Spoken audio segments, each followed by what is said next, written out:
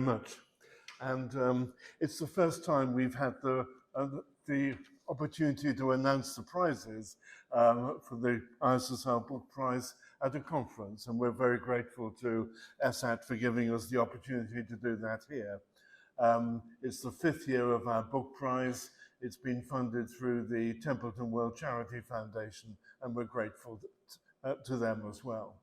This is a genuine announcement. The prize winners do not know yet that they have won prizes, and none of them are here. So they're not able to accept the prizes in person, but I'll say something about each of the books on their behalf.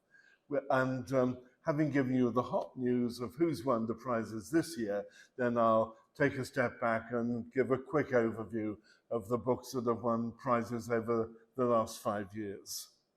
We give 3 prizes every year, one to an academic book, a kind of research monograph usually, and this year that goes to Peter N. Jordan for his book, Naturalism in the Christian Imagination, Providence and Causality in Early Modern England.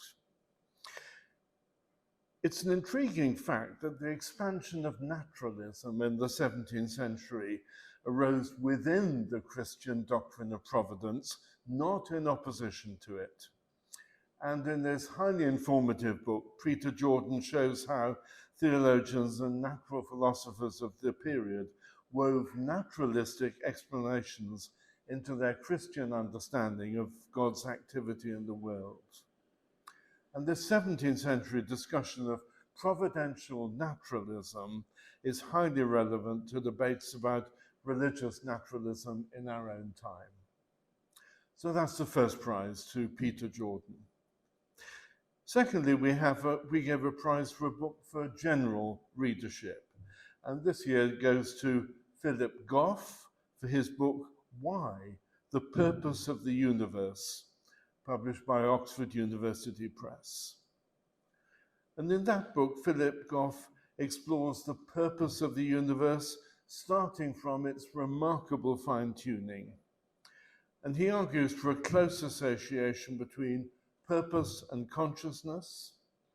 He's dissatisfied with regarding fine-tuning as a brute fact that calls for no explanation at all. He argues against traditional theism and various other non-traditional designers, and ends up espousing a teleological cosmo-panpsychism. Regardless of whether readers agree with that conclusion or not, the judges thought this was a rigorous and brilliant examination of what can and can't be concluded from the fine-tuning of the universe. And then thirdly, we give a prize to a book for professionals and educators. And this year that goes to Nicholas Spencer for his book, Magisteria, The Entangled Histories of Science and Religion, published by One World. He provides us with an impressive and sweeping overview of the complex historical relationship between science and religion, and he does that in 4 parts. Their early relationship up to 1600, how science developed within the framework of religion in the 17th century, how it broke away from its religious parent in the 19th century, and how science and religion have continued to be in their endlessly and fascinating, entangled relationship ever since. It's a book that's been widely praised as one of the best overviews of the history of science and religion to be published for many years. So those are our 3 prizes for this year. In their absence, can I invite you to congratulate them? And now to give a quick overview of the 15 books to which we've given prizes so far. As I've said, each year a prize goes to an academic book, a research monograph. And looking back, we found these books come mainly from historians and sociologists. A couple of historians, Peter Jordan, I've already mentioned, his book on naturalism and the Christian imagination. And also last year, Jonathan Topham won a prize for his very thorough examination of the Bridgewater treatises, reading the book of nature. There have also been two sociologists who've won prizes in this category. Silke Gulke, hope I pronounced that correctly, a German sociologist of religion, won a prize for her book on transcendence in science. A report of her on-site examination of themes of transcendence and the language used by researchers in stem cell biology. And also Thomas Eichner, a sociologist of religion in Australia, who won a prize for his Media and Science and Religion Conflict, an examination of the strategies and arguments used in the evolution wars in the media. Whereas historians go to the archives for their data, sociologists go to contemporary sources, but there seems to be a similar commitment to a careful examination of data.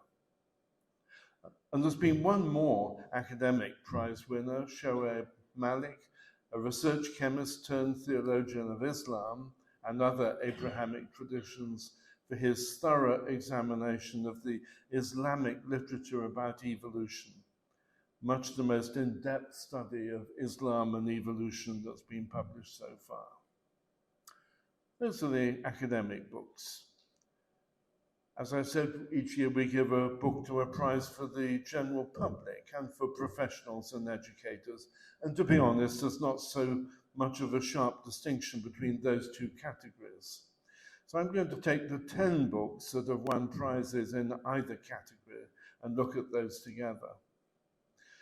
4 of them come from scholars in religion departments in universities in the US, who seem to approach religion and science as part of the broader topic of religion and culture. And these 4 books are Christopher White in Other Worlds, focusing on how fantasy fiction is helping people to continue to believe in an enchanted world. Ariel Glucklich in The Joy of Religion, exploring various perspectives on the nature of pleasure in the spiritual life. John Lardus Modern in Neuromatic, exploring the entangled histories of thinking about religion and the brain. And Donovan Schaefer in Wild Experiment, exploring how changes in our understanding of the relationship between thought and feeling affects how we see the relationship between science and religion. And I'd also like to mention here, again, the book by Nick Spencer for his overview of the entangled histories of science and religion. And my friend and colleague John Brooke told me with a twinkle in his eye that he thought it was the best historical survey to be published for 30 years. Then we have 3 books in which scholars with expertise in specific disciplines bring that expertise to bear on particular well-delineated topics in science and religion. And here we have Agustin Fuentes, a primatologist, in Why We Believe, looking at how belief has evolved in an evolutionary perspective. James Jones, a psychologist, in Living Religion, looking at religion from the perspective of embodied cognition, the same topic as Tobias Tan has explored in his book. And Philip Goff, a philosopher, in Why the Purpose of the Universe, looking in a closely argued way, as I said, at the fine-tuning of the universe. We limit ourselves to books that have been published, written by not more than 2 authors. And we've given prizes to 2 collaborations. One, a collaboration between Andrew Briggs, a physicist, and Michael Rice, an educationist, who collaborated in a book on human flourishing. And also a prize to Calvin Mercer, a religionist, and Tracy Trothan, a psychologist, collaborating in a book on religion and the technological future. So those are our 15 prize-winning books so far. As I've said, we're grateful to TWCF for the donation that's enabled us to run this book prize, and we believe it's fulfilled the 3 objectives set out in the donation agreement. 1, to be a catalyst that transforms careers and sparks innovation through making those outside of the mainstream science and religion community, as well as those within it, aware of what are considered to be the best new books on the topic. And secondly, to help people realize that outstanding books in the field are written by a wide diversity of authors. And thirdly, to give publicity to books that can help to do some good in the world. Thank you for this opportunity to share the ISSR Book Prize. Thank you very much.